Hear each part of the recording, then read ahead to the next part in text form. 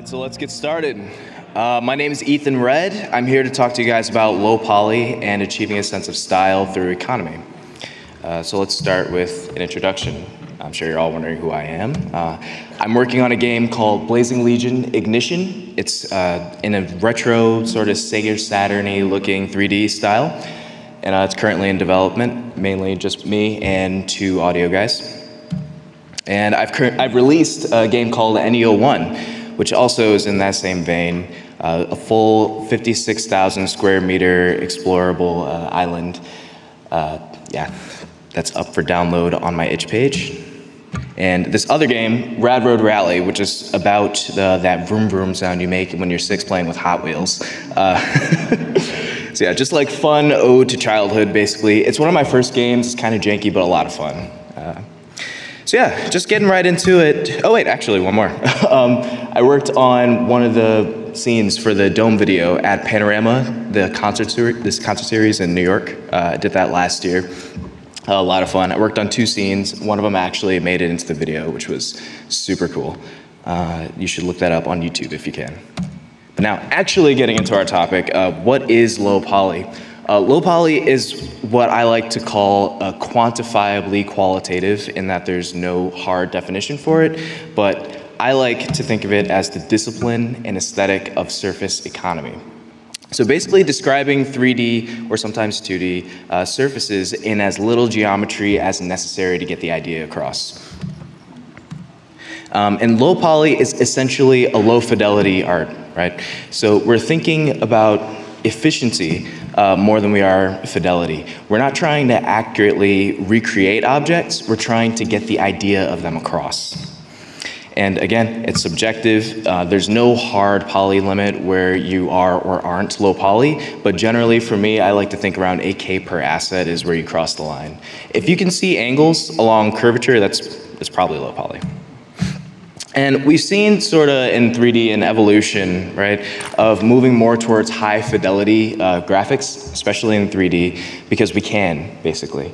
Especially at the higher scales of AAA development, we think of higher fidelity as better. Up until recently, where we are seeing sort of like a renaissance in low poly art, for one big reason, I think, money, right?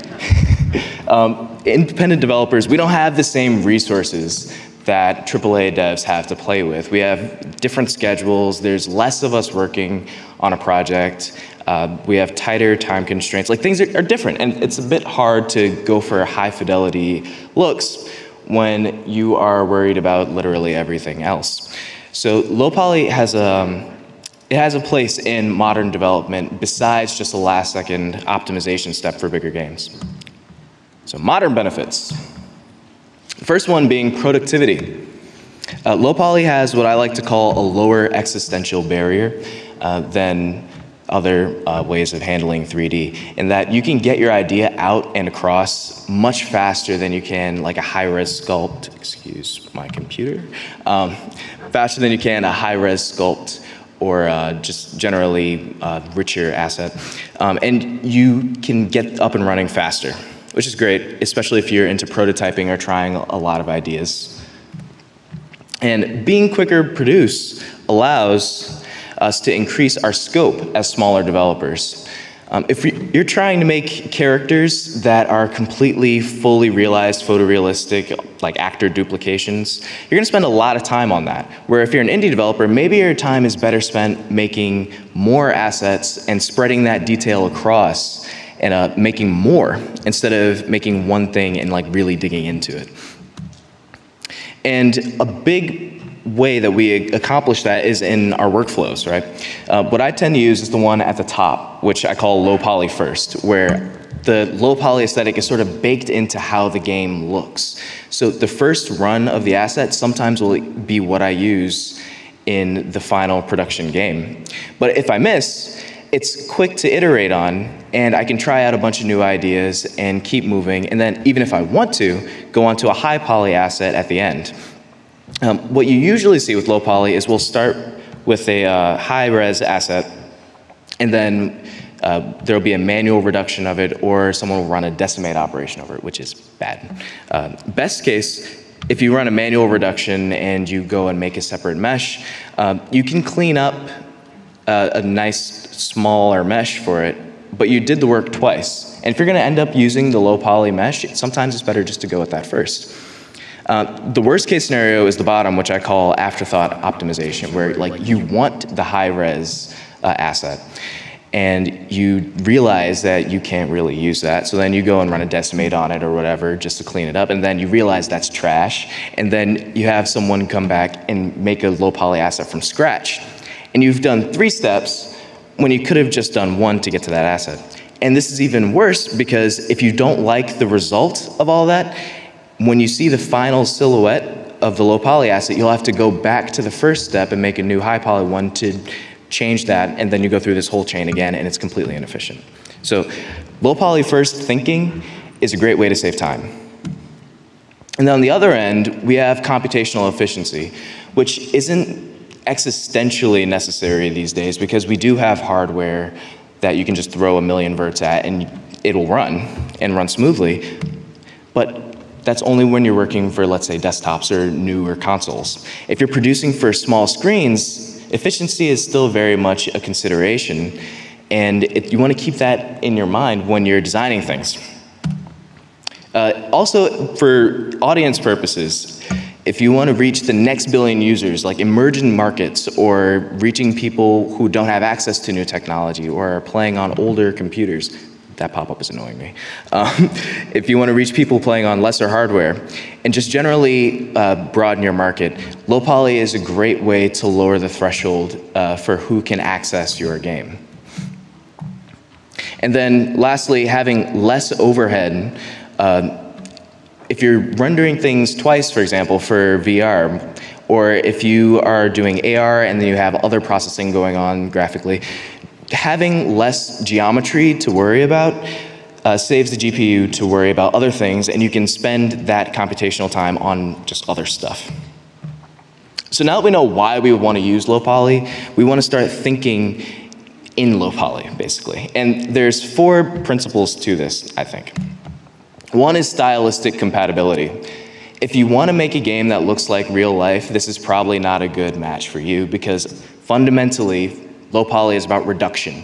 It's about taking out the details that aren't necessary to get your idea across and leaving and accentuating the ones that are.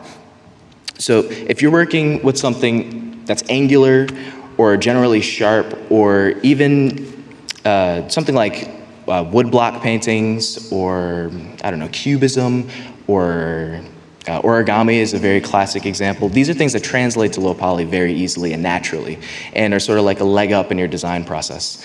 You can break away from that, but you're cutting against the grain. So this is something to consider at the onset of your project.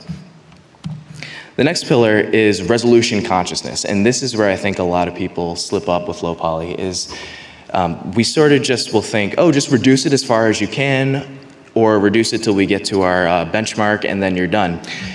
But when you do this, there's no human touch to it, and your viewer will pick up on that, and the general look of the game will suffer.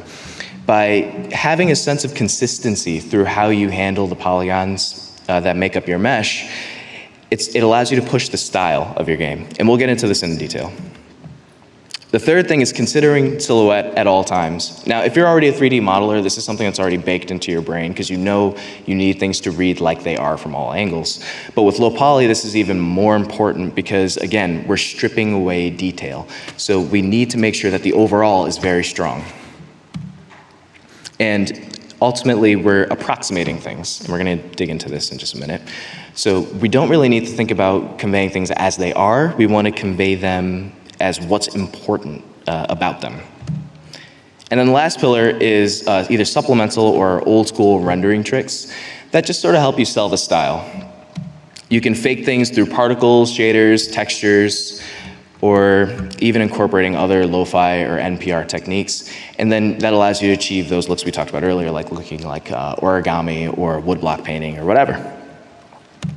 So starting with resolution, the easiest example for explaining resolution actually came from calculus, believe it or not, when I was looking for examples, which surprised me. So if we're for example, our data that we wanted to portray was the red area under the blue curves. And we wanted to show that red data in a series of finite bars. If we had an infinite amount of them, we could actually show the data as it is, which is the leftmost graphic. Then as we reduce the number of bars, generally we see that we're approximating rougher and rougher. With 32 of them, we can sort of get the idea. If we added them all up, we have sort of like a close representation to the data. And this is high fidelity. This is when something is very close and good enough to represent something. If we cut that in half, we notice that there's a lot more white between the blue and the red, and that's sort of showing a margin of error. But we still understand that that's a curve, and we still can see generally what the data is. So here we have a low fidelity representation of the area under the curve, but it's still good enough. We get the idea. And then if we move further to the right than that, we notice we just don't have enough data and we have garbage. This is what we want to avoid. So it is possible to reduce too far, and it is possible to present too much. With low poly, we want to find a happy middle ground between the 32 and the 16 example. So extending this concept to shape, if we instead of think about the cuts instead of as verts around a circle, like if we're trying to approximate a circle here, 16 vertices is indeed enough to show that it's a circle. Like we don't even really have like a name or a common name for a shape that's 16-sided. When we go over to the right, we have an octagon, which, you know, it's kind of round, but not really. You go further, it's a hexagon, and now I'm really pushing it. And then when you go further than that, it's a square.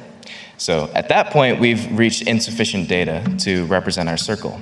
But from the hexagon upwards, we kind of have enough data to show our viewer that we're portraying a round thing.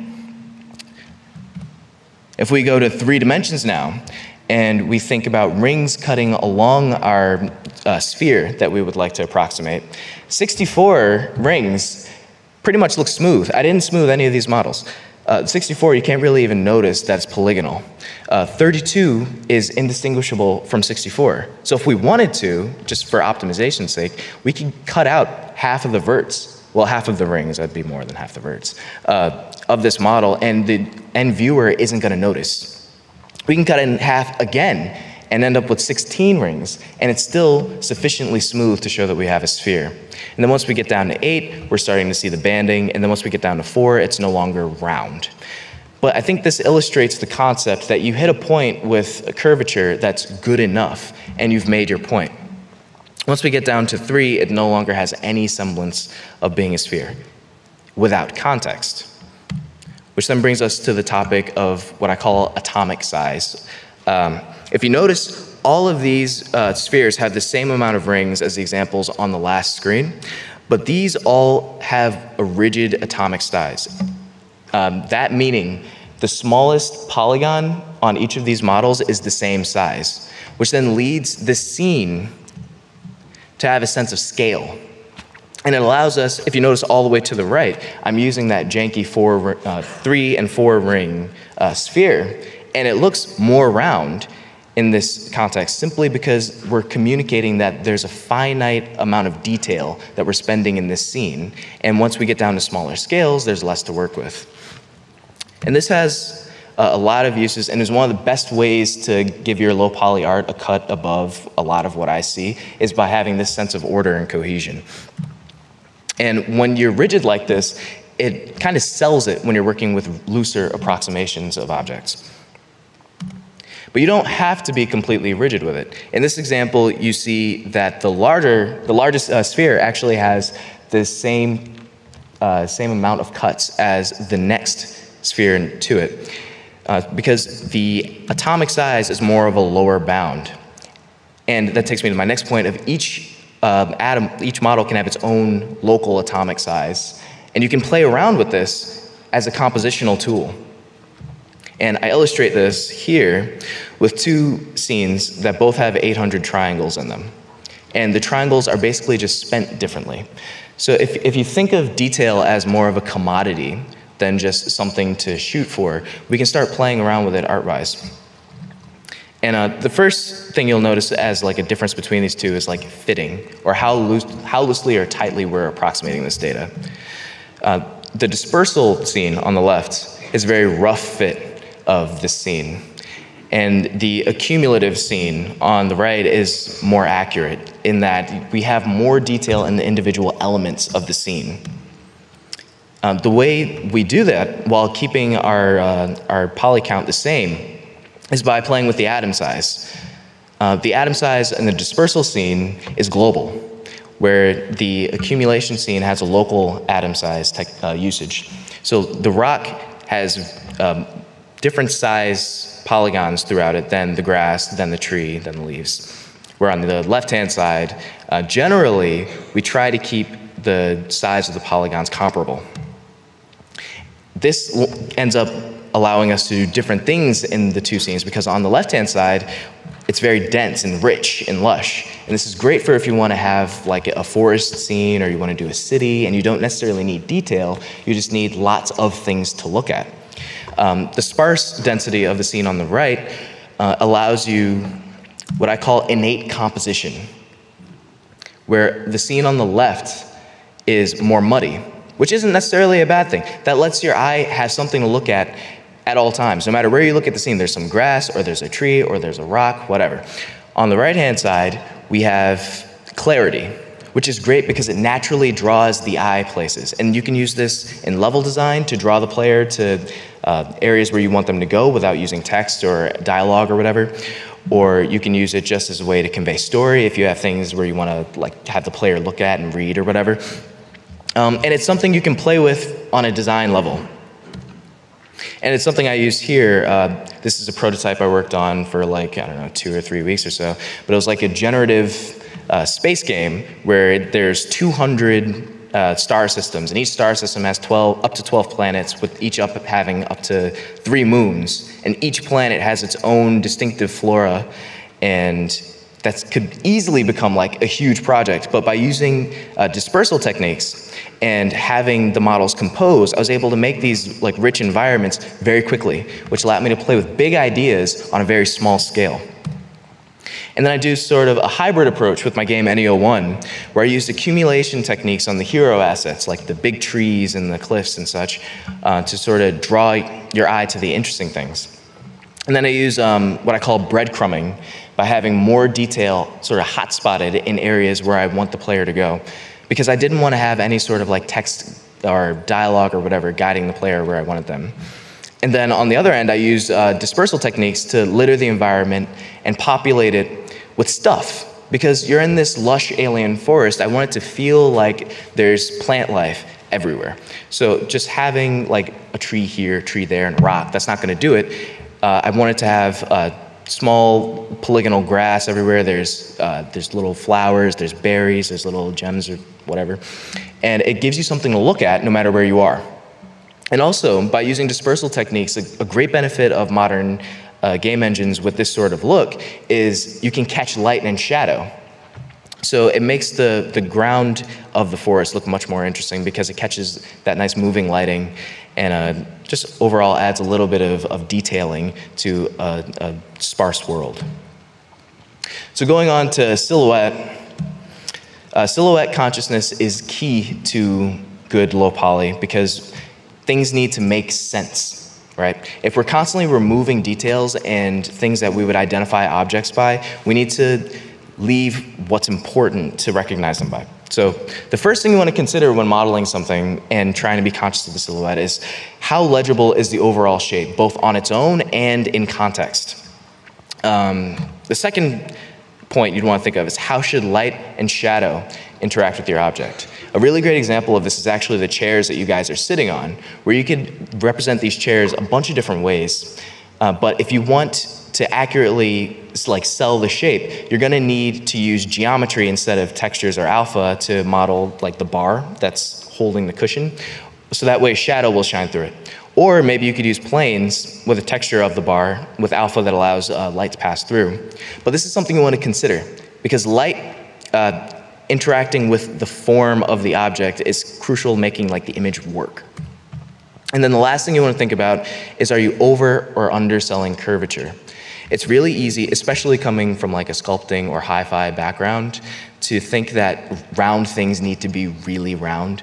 But again, like I showed earlier, there comes a point where you've done enough, and maybe a couple 30-degree angles is enough for a turn instead of actually subdividing that. And then on the flip side, you don't want to get too reductive to where you're just making really blocky things that shouldn't be.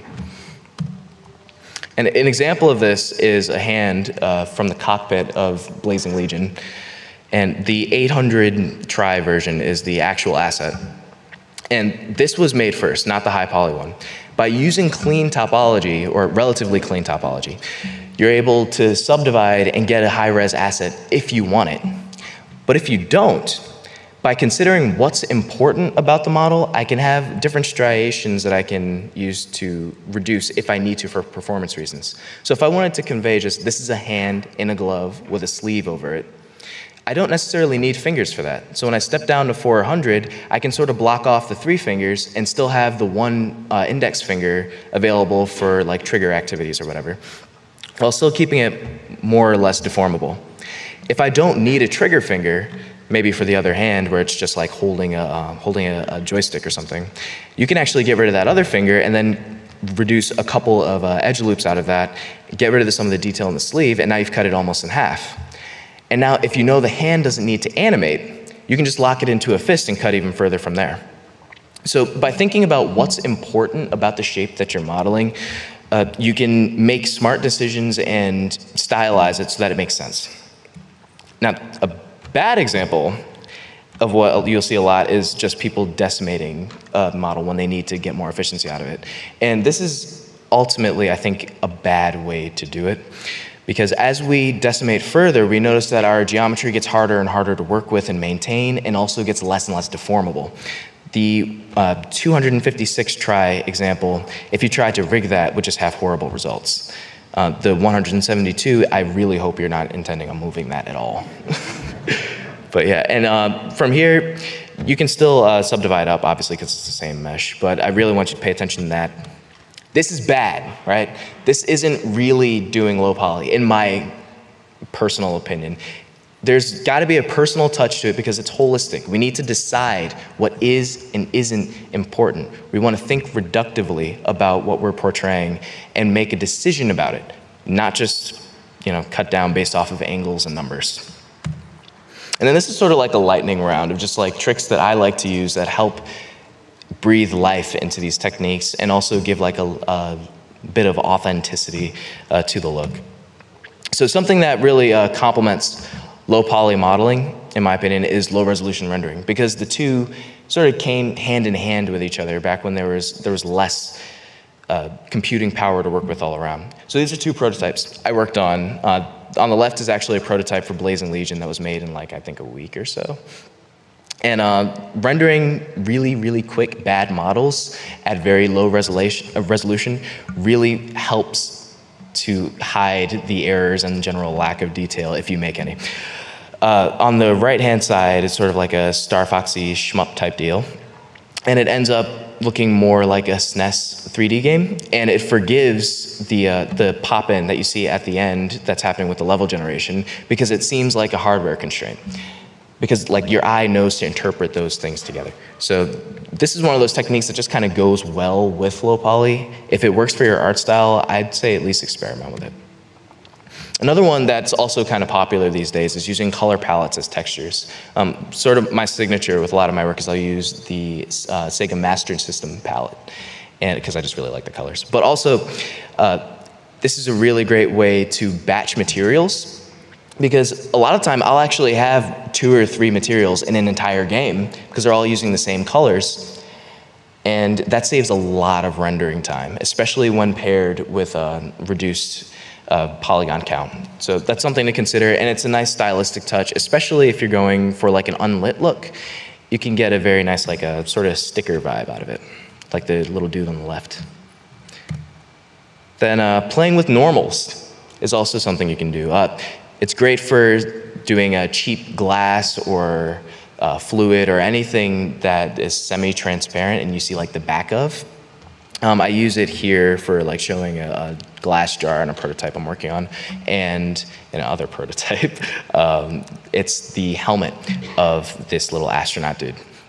And you can combine these techniques with this one. Hold on. This is scrolling UVs, which is another thing you can do that's cheaper than shaders sometimes, and you can also batch this. But anyway, by combining these techniques, you can get effects like this, where it's like a really Sega Genesis, Sega Saturn 3D looking like atmosphere around a little planet. Just by scrolling UVs and having flipped normals for the atmosphere. This whole planet, I think, is under 500 tries. So when I'm rendering a whole system of these, it's ultra cheap. So yeah, takeaways, I want you to consider stylistic compatibility. Make sure the look you're going for is compatible with low poly and lends to the aesthetic of it. I want you to approximate instead of duplicating objects. Think about what's important and reduce to that. Be consistent with resolution.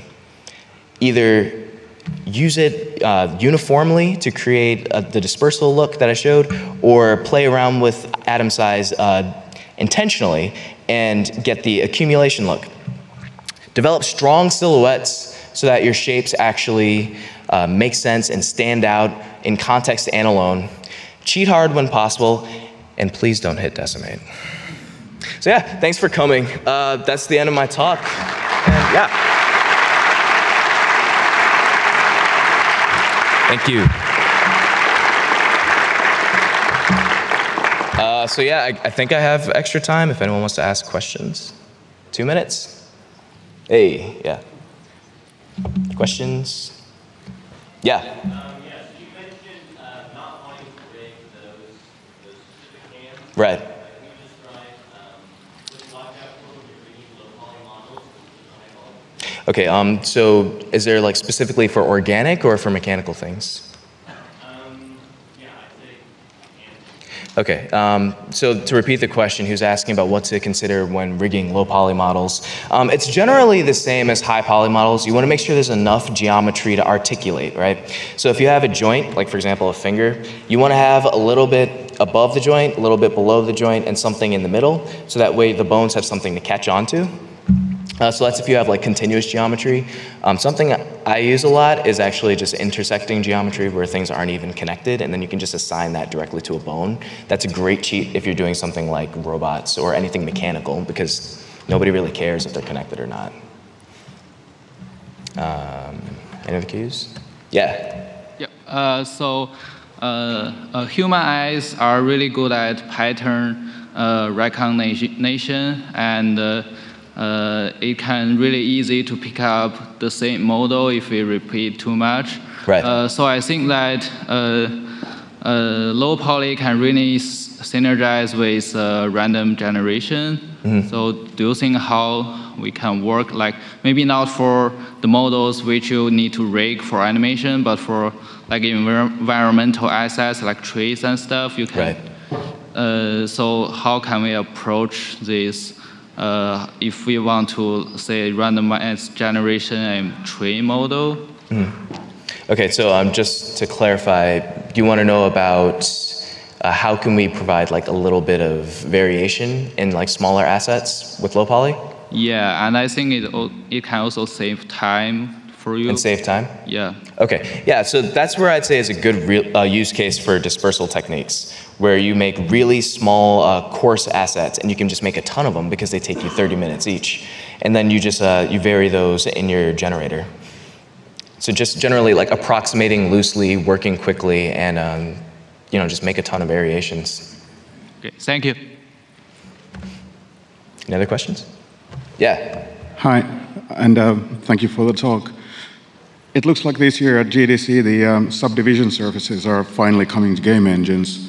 And at least in my experience, it looks like low poly modeling is a really good starting point.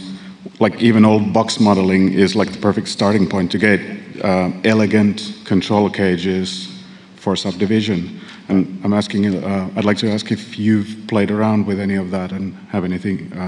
Subdivision control cages? Yeah, really, like when you make a low poly character with just a few hundred polygons, but you use edge creasing, the resulting subdivided model is a really, really elegant shape for... Oh, yeah, I see what you're saying. Like subdivision modeling. Yeah.